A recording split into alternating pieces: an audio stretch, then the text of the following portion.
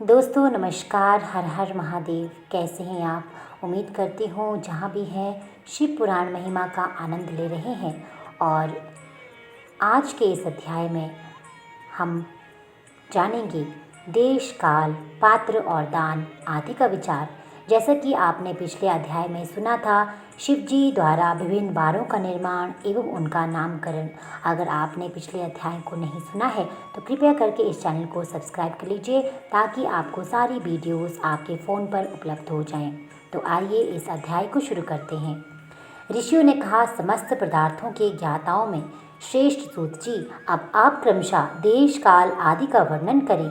सूत जी बोले, महर्षियों, देवयज्ञ आदि कर्मों में अपना शुद्ध ग्रह समान फल देने वाला होता है। अर्थात अपने घर में किए हुए देवयज्ञ आदि शास्त्रोक्त फल को सम मात्रा में देने वाले होते हैं। गौशाला का स्थान घर की अपेक्षा 10 गुना फल देता है। जलाशय का तट उससे भी 10 गुना महत्व रखता है तथा जहाँ बेल, तुलसी एवं पीपल का वृक्ष मूल निकट हो, उस स्थान जलाशय के तट से भी 10 गुना फल देने वाले होते हैं। देवालय को उससे भी 10 गुने महत्व का स्थान जानना चाहिए। देवालय से भी 10 गुना महत्व रखता है। तीर्थ भूमि का तट उससे 10 गुना श्रेष्ठ है। नदी का किनारा उससे 10 गुना उत्कृष्ट है। तीर्थ नदी का तट और उससे भी 10 गुना महत्व रखता है सप्तगंगा नामक नदियों का तीर्थ। गंगा, गोदावरी, कावेरी, ताम्रपर्णी, सिंधु, सरयू और नर्मदा, इन 7 नदियों को सप्तगंगा कहा गया है। समुद्र के तट का स्थान इनसे भी 10 गुना पवित्र माना गया है और पर्वत के शिखर का प्रदेश समुद्र तट से भी 10 गुना पावन है। सबसे अधिक महत्व वह स्थान जानना चाहिए जहाँ मन लग जाए। यहाँ तक देश का वर्णन हुआ। अब काल का तारतम्य बताया जाता है। सतयुग में यज्ञ, दान आदि कर्म पूर्ण फल देने वाले होते हैं, ऐसा जानना चाहिए। त्रेता युग में उसका 3/4 फल मिलता है। द्वापर में सदा आधे ही फल की प्राप्ति कही गई है। कलयुग में 1/4 ही फल की प्राप्ति समझनी चाहिए और आधा कलयुग बीतने पर उस चौथाई फल में से भी 1/4 कम हो जाता है। शुद्ध अंतकरण वाले पुरुष को शुद्ध एवं पवित्र दिन सम फल देने वाला होता है। विद्वान ब्राह्मणों, सूर्य संक्रांति के दिन किया हुआ सत्कर्म पूर्वोक्त शुद्ध दिन की अपेक्षा 10 गुना फल देने वाला होता है, ये जानना चाहिए। उससे भी 10 गुना महत्व उस कर्म का है जो विशुभ नामक योग में किया जाता है। दक्षिणायन आरंभ होने के दिन अर्थात करक की संक्रांति में किए हुए पुण्य कर्म का महत्व विशुभ से भी 10 गुना माना गया है। उससे भी 10 गुना मकर संक्रांति में और उससे भी 10 गुना चंद्र ग्रहण में किए हुए पुण्य का महत्व है। सूर्य ग्रहण का समय सबसे उत्तम है। उसमें किए गए पुण्य कर्म का फल चंद्र ग्रहण से भी अधिक और पूर्ण मात्रा में होता है। इस बात को विज्ञ पुरुष जानते हैं। सदरूपी जगत रूपी सूर्य का राहु रूपी विष से संयोग होना होता है, इसलिए सूर्य ग्रहण का समय रोग प्रदान करने वाला है। अतः उस विष की शांति के लिए उस समय स्नान, दान और जप करें। वह काल विष की शांति के लिए उपयोगी होने के कारण पुण्यप्रद माना जाता है। जन्म नक्षत्र के दिन तथा व्रत की पूर्ति के दिन का समय सूर्य ग्रहण के समान ही समझा जाता है, परंतु महापुरुषों के संग का काल करोड़ों सूर्यों के समान पावन है, ऐसा ज्ञानी पुरुष जानते व मानते हैं। तपोनिष्ठ योगी और ज्ञाननिष्ठ यति ये पूजा के पात्र हैं, क्योंकि ये पापों के नाश में कारण होते हैं। जिसने 24 लाख गायत्री का जाप कर लिया हो, वह ब्राह्मण भी पूजा का उत्तम पात्र है। वह संपूर्ण फलों और भोगों को देने में समर्थ है। जो पतन से त्राण करता अर्थात नरक में गिरने से बचाता है, उसके लिए इसी गुण का कारण शास्त्र में पात्र शब्द का प्रयोग होता है। विदाता का पात्र से त्राण करने के कारण पात्र कहलाता है। गायत्री अपने गायक का पतन से त्राण करती है, इसलिए वह गायत्री कहलाती है। जैसे इस लोक में जो धनहीन है वह दूसरों को धन नहीं देता, जो यहाँ धनवान है वही दूसरों को धन दे सकता है, उसी तरह जो स्वयं शुद्ध और पवित्र आत्मा है वही दूसरे मनुष्यों का त्राण या उद्धार कर सकता है।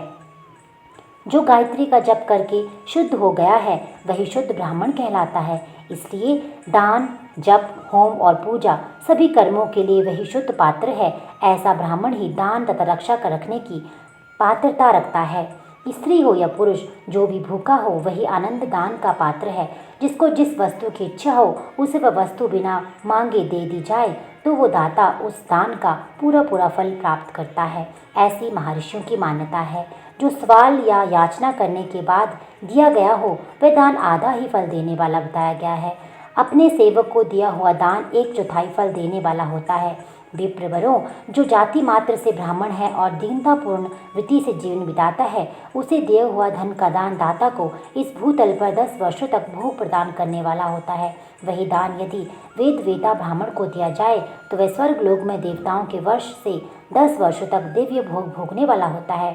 शील और उन्नत से लाया हुआ गुरु दक्षिणा में प्राप्त हुआ धन अन्न शुद्ध द्रव्य कहलाता है।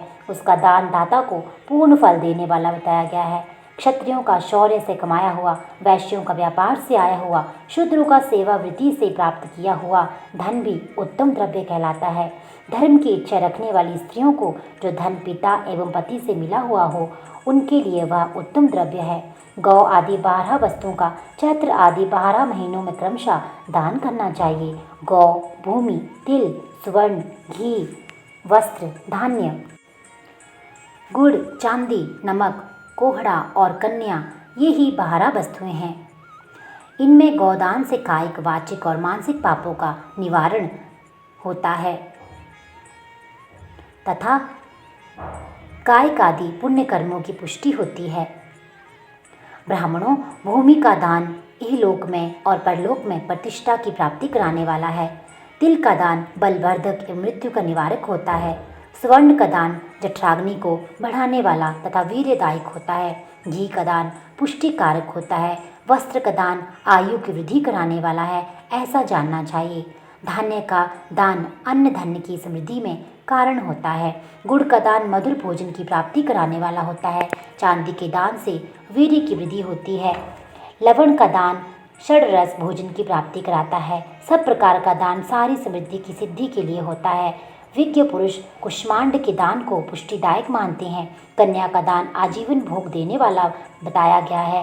ब्राह्मणों, ये लोक और परलोक में भी संपूर्ण भोगों की प्राप्ति कराने वाला है। विद्वान पुरुष को चाहिए कि जिन वस्तुओं के श्रवण आदि इंद्रियों की तृप्ति होती है उनका सदा दान करें। श्रोत्र आदि 10 इंद्रियों के जो शब्द आदि इस 10 विषय हैं उनका दान किया जाए तो वे भौतिक की भोगों की प्राप्ति कराते हैं तथा दिशा आदि इंद्रिय देवताओं को संतुष्ट करते हैं। वेद और शास्त्र को गुरुमुख से ग्रहण करके गुरु के उपदेश से अपना स्वयं ही बोध प्राप्त करने के पश्चात जो बुद्धि का ये निश्चय होता है कि कर्मों का फल अवश्य मिलता है, इसी को उच्च कोटि की आस्तिकता कहते हैं।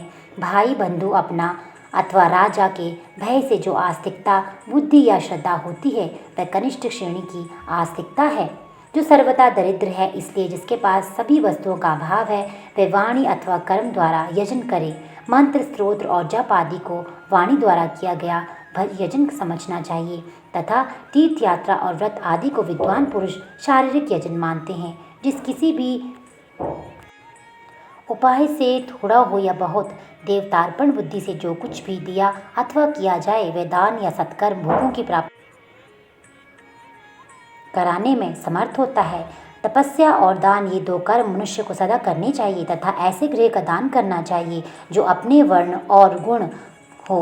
बुद्धिमान पुरुष देवताओं की तृप्ति के लिए जो कुछ देते हैं वे अतिशय मात्रा में और सब प्रकार के भोग प्रदान करने वाला होता है। उस दान से विद्वान पुरुष इहलोक और परलोक में उत्तम जन्म और सदा सुलभ होने वाला भोग पाता है। ईश्वर अर्पणा बुद्धि से यज्ञ दान आदि कर्म करके मनुष्य मोक्ष फल का भागी होता है।